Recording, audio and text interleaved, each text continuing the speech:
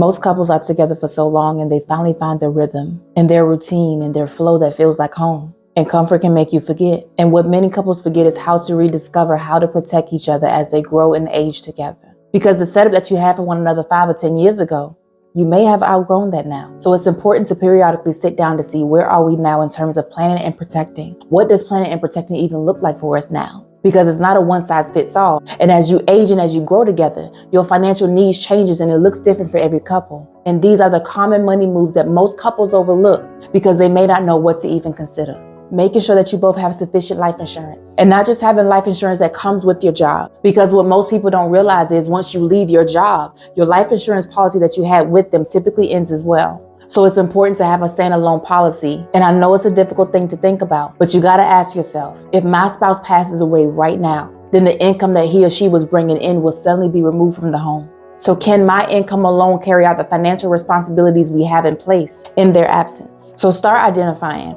how much do we have left owed on the house? Let's say it's $190,000. What is the total of their annual take-home pay? Let's say his is $50,000. What is the total of my annual take-home pay?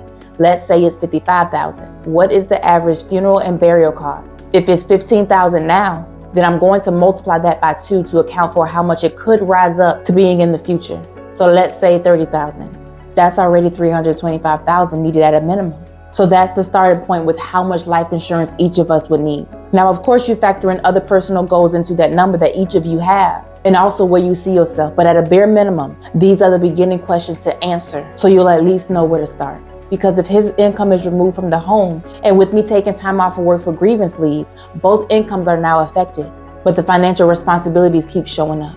So it's important to view the individuality piece of this because I don't know when my time is and he don't know when his time is. But whenever our time comes, I'll have a peace of mind in knowing he and the kids are good in my absence. And he'll have a peace of mind knowing she and the kids are taken care of in my absence. And this is how we don't pass financial trauma to our kids. Like, yes, they're going to be grieving undoubtedly, but they also get a chance to experience and later realize how intentional and mindful I was to making sure that even in my absence, mama put things in place to make sure we were provided for. Or dad put things in place to make sure that in his absence, we were still provided for. And they can continue playing soccer and other sports activities. You don't have to remove them from the school district because we can no longer afford it. You don't have to uproot them because mom is gone or dad is gone. And without that income, we can no longer afford to support the lifestyle we had as a family unit. This is how we break financial trauma being passed off to our family. And this is how we stop passing down the pain of poor planning. And this is how love continues to speak, even in our absence. Making sure that you have enough to protect your income from life's sudden blows that physically put you down, resulting in you not being able to work for a short while or a long while. So go back to the drawing board and ask each other, what do I bring in each month? What does he bring in each month? And what does it look like if I'm unable to work, which means I'm not bringing in any income, so the financial weight of our family structure all now falls on his income? Or what will it look like if he's unable to work and his income is removed from the home and the financial weight of our family structure all now falls on me? And this is what I tell everyone. Your greatest asset is your ability to earn income. And if that ability is taken from you temporarily or permanently, what level of protection do you have in place to sustain your household? There's been so many people that's suddenly out of work for a major back surgery, or they were involved in a terrible car accident, or their family history caught up with them with having a debilitating illness. And now they're stressed about their condition, and that stress compounds when you don't know how you'll be able to bring in money while you recover. So sit down with your partner and ask, if one of us couldn't work for 6 months, would we be okay? Do we have short or long-term disability insurance outside of our job?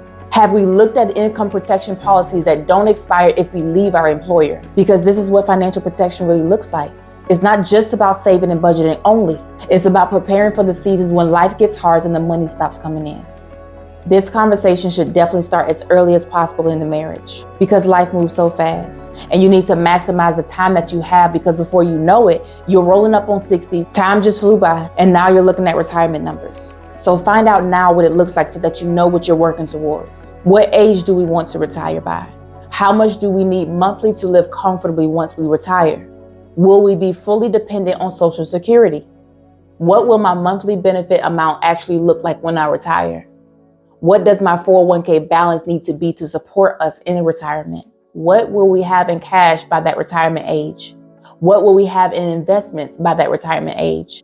What's our long-term care plan if either of us needs nursing care in our 70s, 80s, or 90s? Asking yourself these questions will help you know what you're working towards. Northwestern Mutual has an article that says the average amount that U.S. adults have saved up for retirement is about $88,400. Is that enough?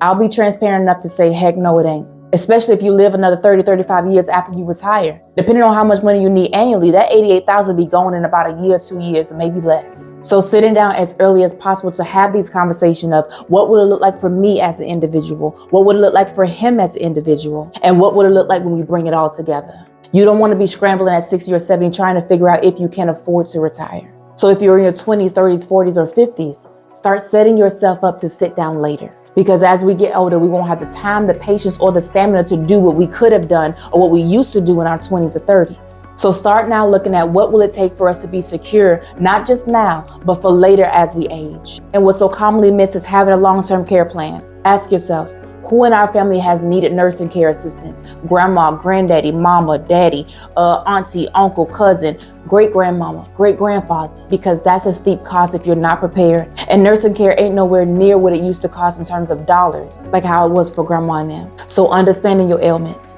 understanding your family conditions, understanding what may run on either sides of your family. Do I have family history of other debilitating illnesses that could require me or my partner to need part-time or full-time nursing care when we're in our 80s or 90s? Look at getting a long-term care plan as young as possible and as early as possible, so it's in place to serve you later, and so you won't be forced to sell your home to afford nursing care or applying to see if you will get approved for whatever government assistance may or may not be available then. So sit down and work this out in phases. You don't have to solve every single piece of this in one night, but you do have to start.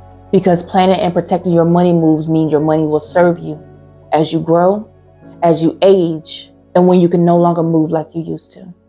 Hey family, I hope you enjoyed today's Wealth and Wisdom conversation. Make sure you share this with at least 10 people that you know. Always remember, your mindset is the key to unlocking your financial freedom. It's time to leave behind what's comfortable for what's possible.